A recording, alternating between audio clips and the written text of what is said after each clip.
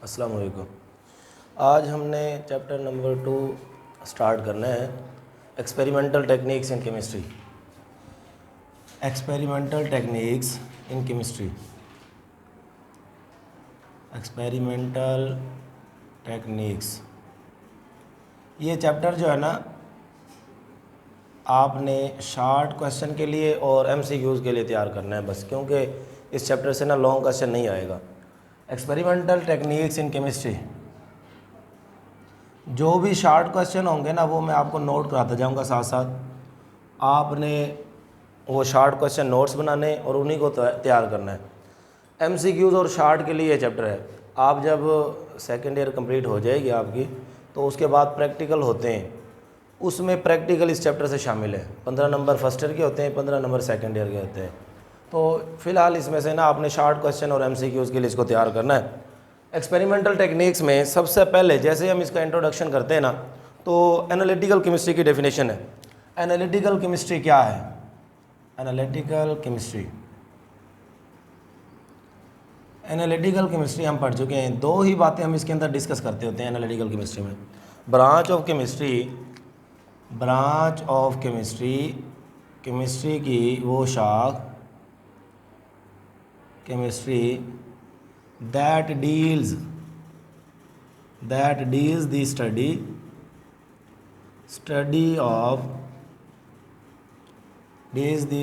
of qualitative analysis, qualitative analysis and quantitative analysis,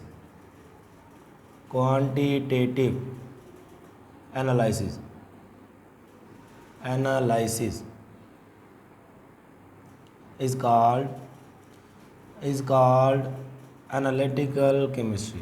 दो ही बातें हम इसके अंदर डिस्कस करते हैं बस, क्वांटिटेटिव एनालिसिस और क्वालिटेटिव एनालिसिस। दो बातें हैं सिर्फ, क्वालिटेटिव एनालिसिस और क्वांटिटेटिव एनालिसिस। देखिए, qualitative analysis, quantitative analysis. Analytical chemistry हमें इन दो बातों के बारे में बताती है।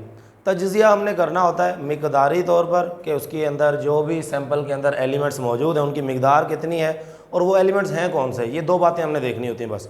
मिसाल के तौर पर हमारे पास एक सैंपल है कोई भी, ये एक फ्लास्क है, आपको इस फ्लास्क के अंदर ना सैंपल दिया गया है, आपको कहा गया कि आपने ना बताना है, इसकी तज्जिया करें जी, क्वालिटेटिव एनालिसिस करें और क्वांटिटेटिव एनालिसिस करें। तो आप क्या चीज़ करेंगे, आप सबसे पहले चेक करेंगे कि इसके अंदर सैंपल कौन सा है। सैंपल मिसाल के तौर पर हम इसको देखते हैं और इसको जब स्टडी करते हैं तो पता चलता है इसके अंदर वाटर मौजूद है और साथ में इसके अंदर ना HCl मौजूद है।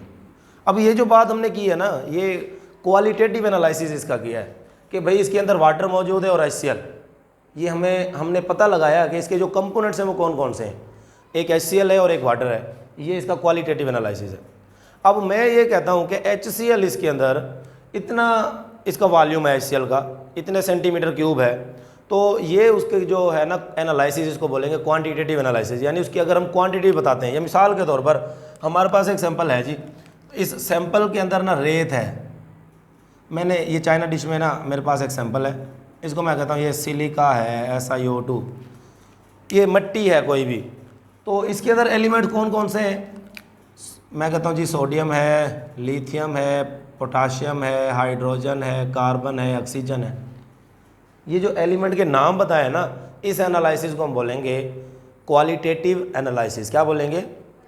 यानी तज्जिया किया है, पता लगा लिया कि कौन कौन से एलिमेंट मौजूद हैं, और ये हो गया क्वालिटेटिव एनालिसिस। लेकिन अगर मैं इनकी क्वांटिटी बताता हूँ कि भाई सोडियम जो ना 5 ग्राम है, लिथियम 3 ग्राम है, अगर हम साथ में क्वांटिटी भी बताएं तो वो एनालिसिस कहलाएगा क्वांटिटेटिव एनालिसिस। ठीक है, तो शॉर्ट क्वेश्चन आता है, what is the difference between, ये क्वेश्चन आता है एक और, व्हाट इज़ द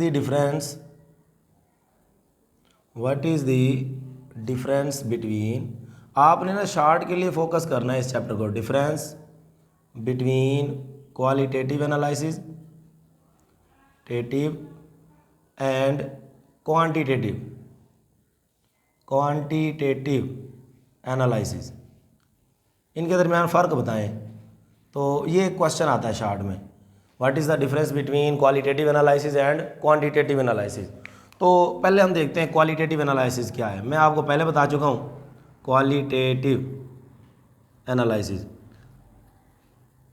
हम बीमार होते हैं और हमारी बीमारियों का नहीं पता चल रहा होता हमें कि भाई कौन कौन सी बीमारियाँ लाहक हैं हमें, तो डॉक्टर क्या करता है, सैंपल लेता है ब्लड का सैंपल लेते हैं और उसके आपके टेस्ट होते हैं, वो टेस्ट से आपको बता देते हैं भाई ये बीमारियां हैं, आपको इन एलिमेंट्स की कमी है।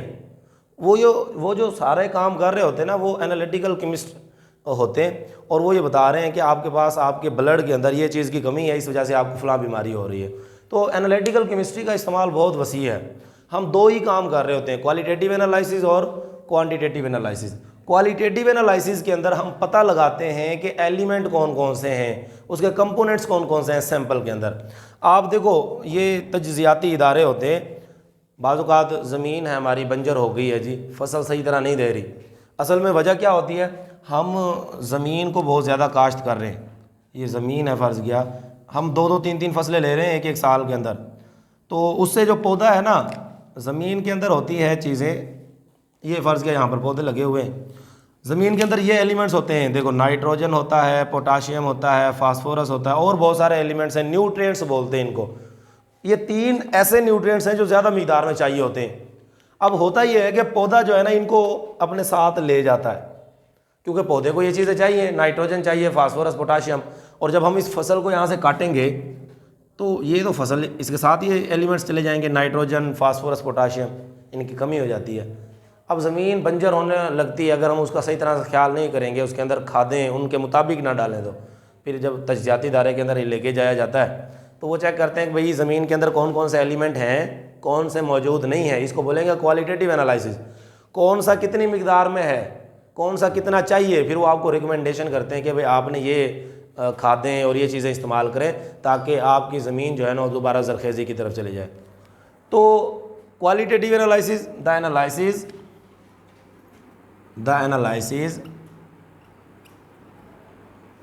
विच डील्स, जो बताता है, डील्स द डिटेक्शन, शनाख्त करता है, डिटेक्शन और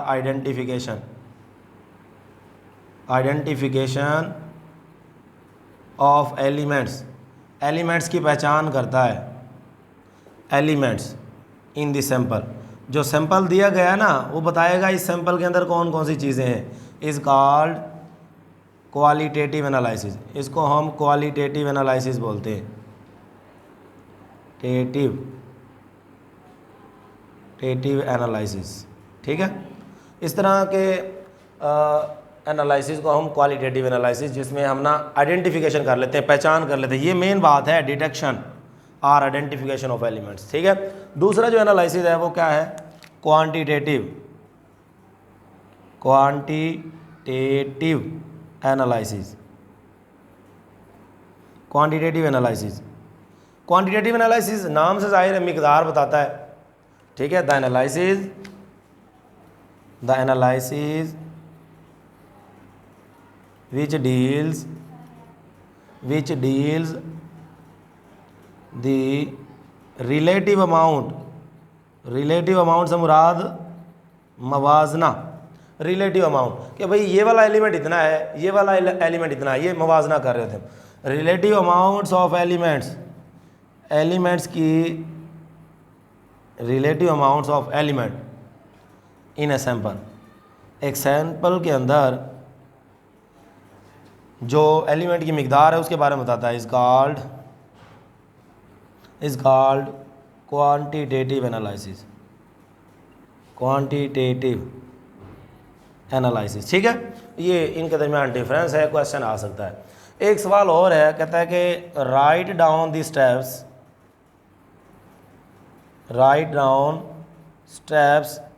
फॉर क्वांटिटेटिव एनालिसिस। अगर हमने क्वांटिटेटिव एनालिसिस करना है ना तो कौन कौन से ऐसे मराहिल हैं जिनके ऊपर अमल करना होता है। कि अगर आपको कोई सैंपल प्रोवाइड दिया जाए, आपको मैं सैंपल देता हूँ, मैं आपको कहता हूँ बेटा आप ना इसकी क्वांटिटेटिव एनालिसिस कर दें, आप लैब के अंदर जाके कौन कौन से ऐसे स्टेप्स हैं जिनको आपने उन पर अमल करना है जिससे आप क्वांटिटेटिव एनालिसिस परफॉर्म कर सकें। तो इसके 4 स्टेप्स हैं जो जस्ट आपने नाम याद करने हैं, ठीक है। इसके 4 स्टेप्स हैं, वो नाम याद रख लें। देखो सबसे पहले तो आपने क्या करना है, जब भी आपको कहा जाए क्वांटिटेटिव एनालिसिस का तो आप कहेंगे सर सैंपल हमें दें, हम करते हैं। तो सबसे पहला काम होता है सैंपल, ऑब्टेनिंग द सैंपल, सबसे पहला काम। ये स्टेप्स हैं, ऑब्टेनिंग द सैंपल। सबसे पहले सैंपल हासिल किया जाता है, पहला स्टेप। नंबर 2 स्टेप, अब आपने क्वांटिटेटिव एनालिसिस करनी है, यानी किस ई कंपोनेंट की ना क्वांटिटी पता लगानी है कि भाई एक कंपोनेंट फलां कितना है, मुझे चेक करना है जी सोडियम कितना है इसके अंदर, या ब्लड के अंदर हेमोग्लोबिन कितना है। तो आप उसको कंपोनेंट को सेपरेट करेंगे जिसकी आपने क्वांटिटेटिव एनालिसिस करनी है। तो क्या करेंगे आप, separation of desired component. Desired कहते हैं जो हमें चाहिए, जो हमारी ख्वाहिश के मुताबिक है। डिज़ायर्ड कंपोनेंट कह लें या फिर कॉन्स्टिट्यूएंट भी कह सकते हैं। कॉन्स्टिट्यूएंट ये रुकन ही होता है, एलिमेंट, कंपोनेंट, ठीक है जी। थर्ड स्टेप, जब आपने उसको सेपरेट कर लिया, फिर जाहिर है उसका आपने वेट करना है कि भाई इतनी वेट में, तो आपने फिर कैलकुलेशन करनी है, मेजरमेंट करनी है। मेजरमेंट एंड कैलकुलेशन, आप हिसाब किताब लगाएंगे कि भाई इतना एलिमेंट मौजूद है, कैलकुलेशन। और लास्ट स्टेप में जब ये हो जाएगा तो फिर आपके पास ये हमारे पास ना कंक्लूजन होता है। अब आप ना रिज़ल्ट दे देते हैं, आप रिज़ल्ट, ठीक है। ये 4 स्टेप हैं जिनके ऊपर अमल करते हुए आप क्वांटिटेटिव एनालिसिस परफॉर्म कर सकते हैं। इस चैप्टर के अंदर ना हम 5 एक्सपेरिमेंटल टेक्निक्स हैं जिनको हम पढ़ेंगे। उन 5 एक्सपेरिमेंटल टेक्निक्स के हम नाम देख लेते हैं, बाकी फिर एक एक एक्सपेरिमेंटल टेक्निक्स को हम तरतीब से फिर पढ़ते जाएंगे इंशाल्लाह नेक्स्ट लेक्चर्स में। अब देखो ये हमारे पास एक्सपेरिमेंटल टेक्निक्स के नाम बता दें। एक दफ़ा क्वेश्चन ये आ गया था, नेम द एक्सपेरिमेंटल टेक्निक्स, ये क्वेश्चन आ गया था। आप जस्ट यहाँ पर नाम में लिख रहा हूँ, नेम ऑफ एक्सपेरिमेंटल टेक्निक्स जो हमने पढ़नी है, experimental techniques. Name of experimental techniques कौन कौन सी हैं जो आपने पढ़नी है। सबसे पहले नंबर पे हमारे पास है जी फिल्ट्रेशन, ये पहली टेक्निक है जिसको हमने पढ़ना है, ठीक है। नंबर 2 पे हमारे पास है जी crystallization. Number 3 sublimation. Number 4 solvent